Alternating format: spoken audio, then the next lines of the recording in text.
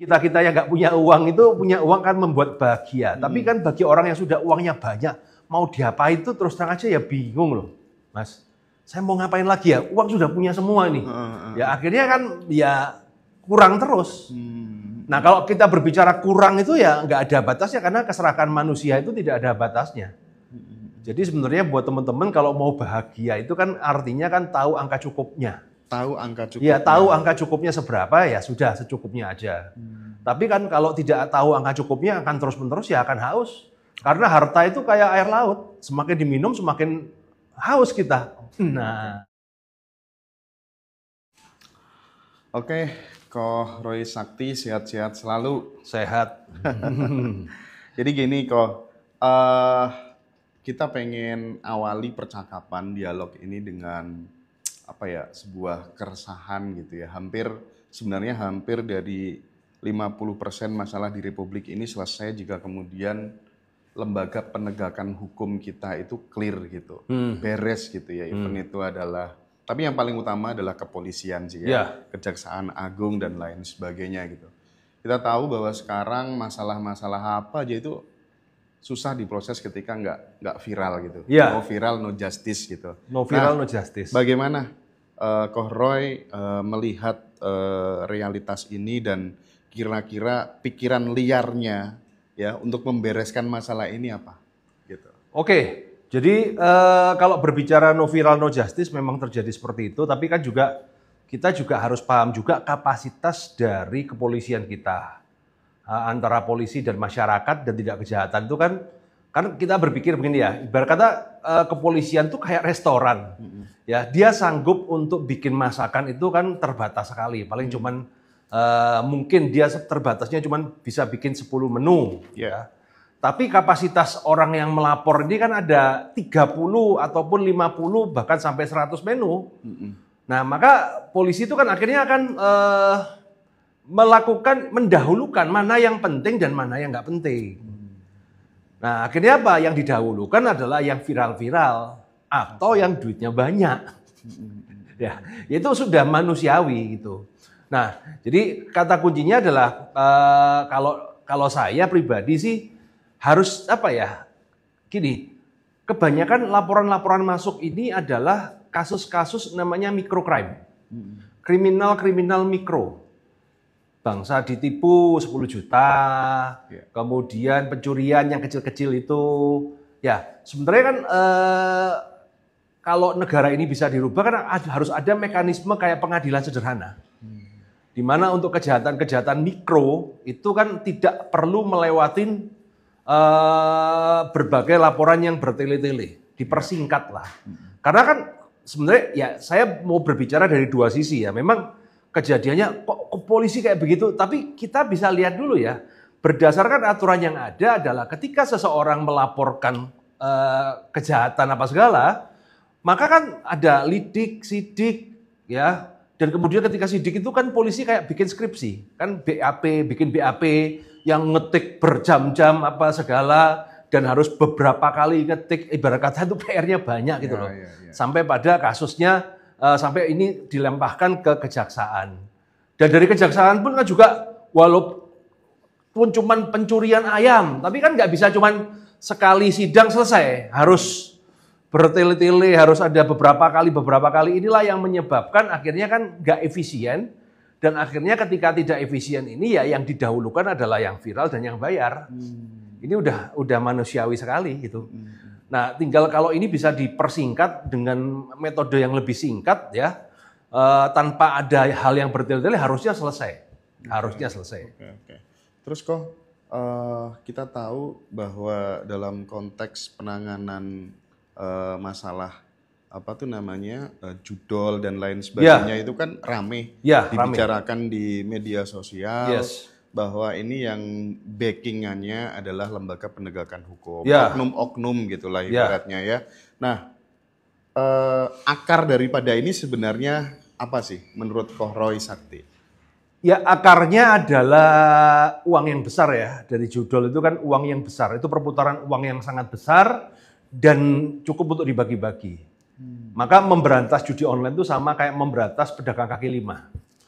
Digusur, bersih, nanti balik lagi. Gusur, bersih, balik lagi.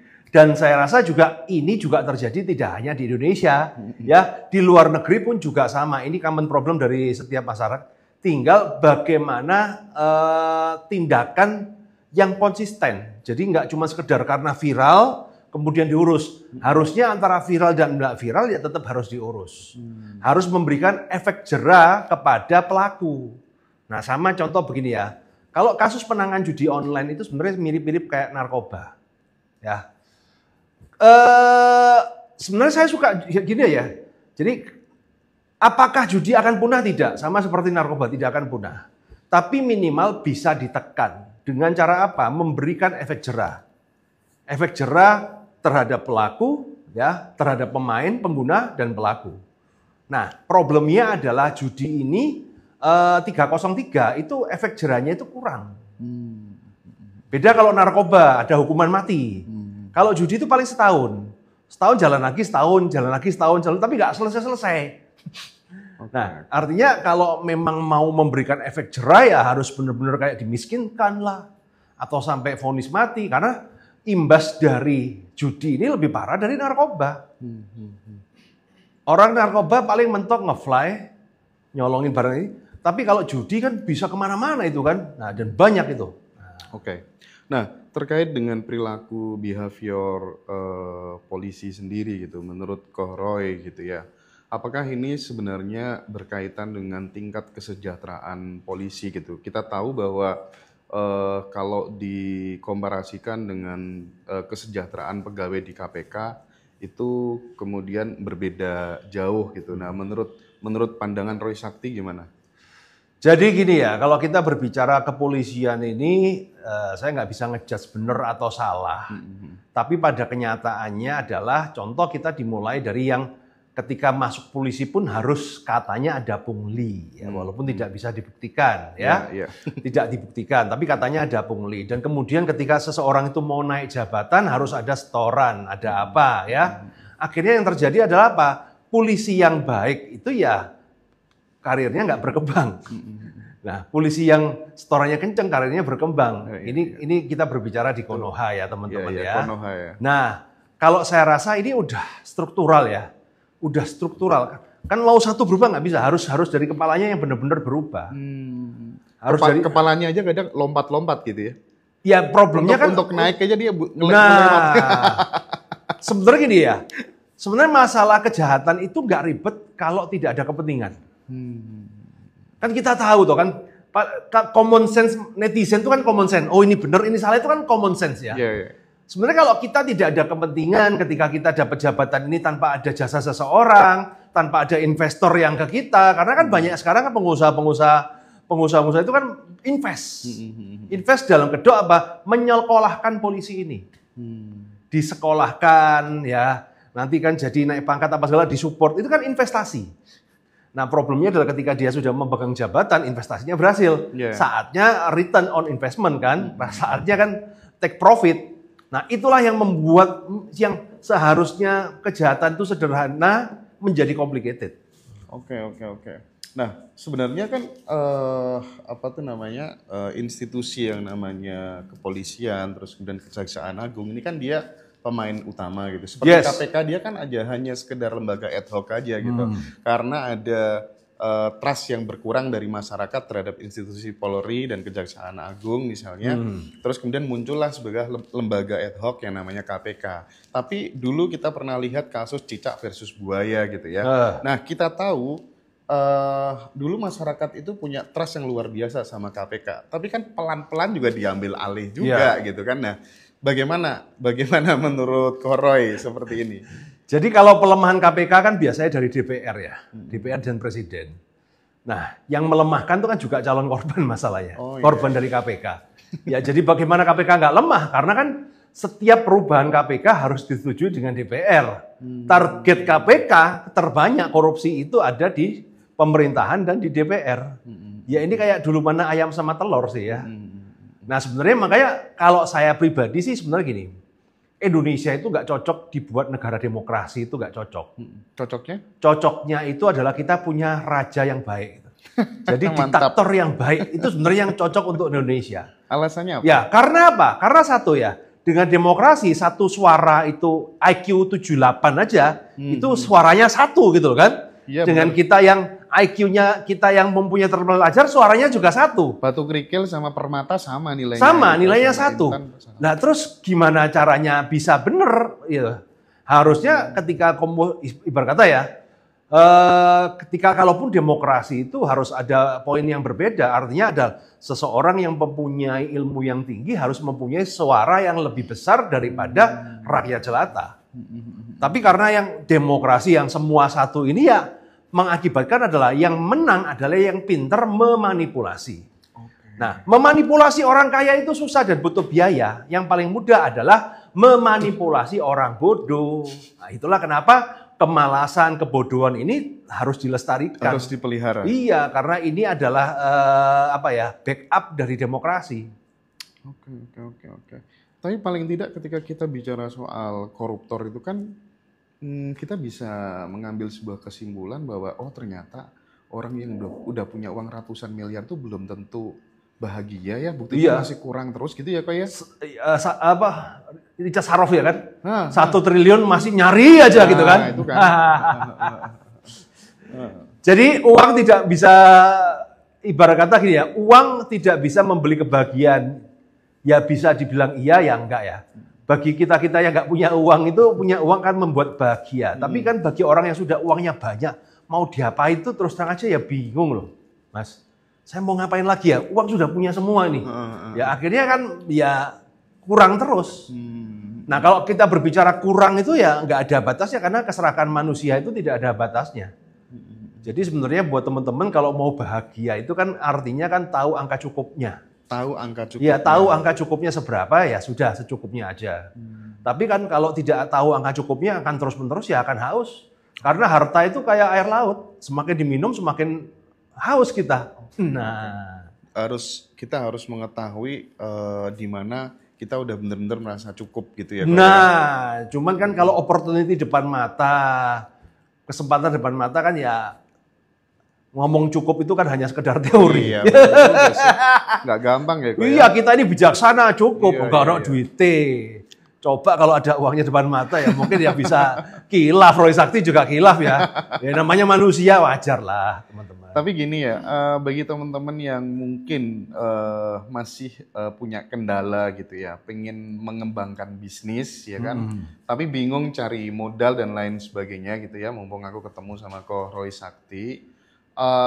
Apa sih pentingnya kredit card gitu ya, kartu kredit itu untuk pengembangan bisnis, usaha gitu. Oke, jadi ini kan masuknya pengobatan alternatif. Tidak ada di dalam buku kedokteran ya, finansial. Kartu kredit itu sesungguhnya kan kartu untuk utang, untuk kebutuhan konsumtif. Jadi sebuah kredit yang diciptakan untuk kebutuhan konsumtif. Nah, mekanisme di kartu kredit adalah kita diberi kartu yang kita dibeli sejumlah limit yang kita hanya dikenakan biaya ketika kita pakai. Ya. Beda kasus kalau kredit kayak KUR ataupun kredit yang lain, pencairan berapa, pakai nggak dipakai, bulan depan harus bayar angsuran. Nah, saya melihat bahwa kredit yang seperti kartu kredit ini ternyata kalau digunakan untuk modal bisnis itu efektif sekali. Cocok sekali. Kenapa? Karena yang namanya bisnis itu kan kadang kita perlu, kadang kita nggak perlu gitu loh. Nggak setiap hari kita perlu uang. Toh. Iya. Kadang-kadang kita perlunya kan juga untuk misalnya contoh akhir bulan harus bayar karyawan. Iya. Nah uangnya masih di tagihan customer. Nah kita perlu data itu, tapi awal bulan sudah selesai. Nah kartu kredit itu ketika digunakan untuk posisi yang seperti itu tepat banget. Karena contoh ketika saya sekarang mempunyai kartu kredit total 2,5 miliar ya. Dan itu saya dapatkan dengan tanpa jaminan, hanya modal KTP dan NPWP. Pertanyaan saya, siapa yang berani ngasih saya pinjaman tanpa jaminan sampai 2,5 miliar? Nah. Ya salah satunya adalah kartu kredit.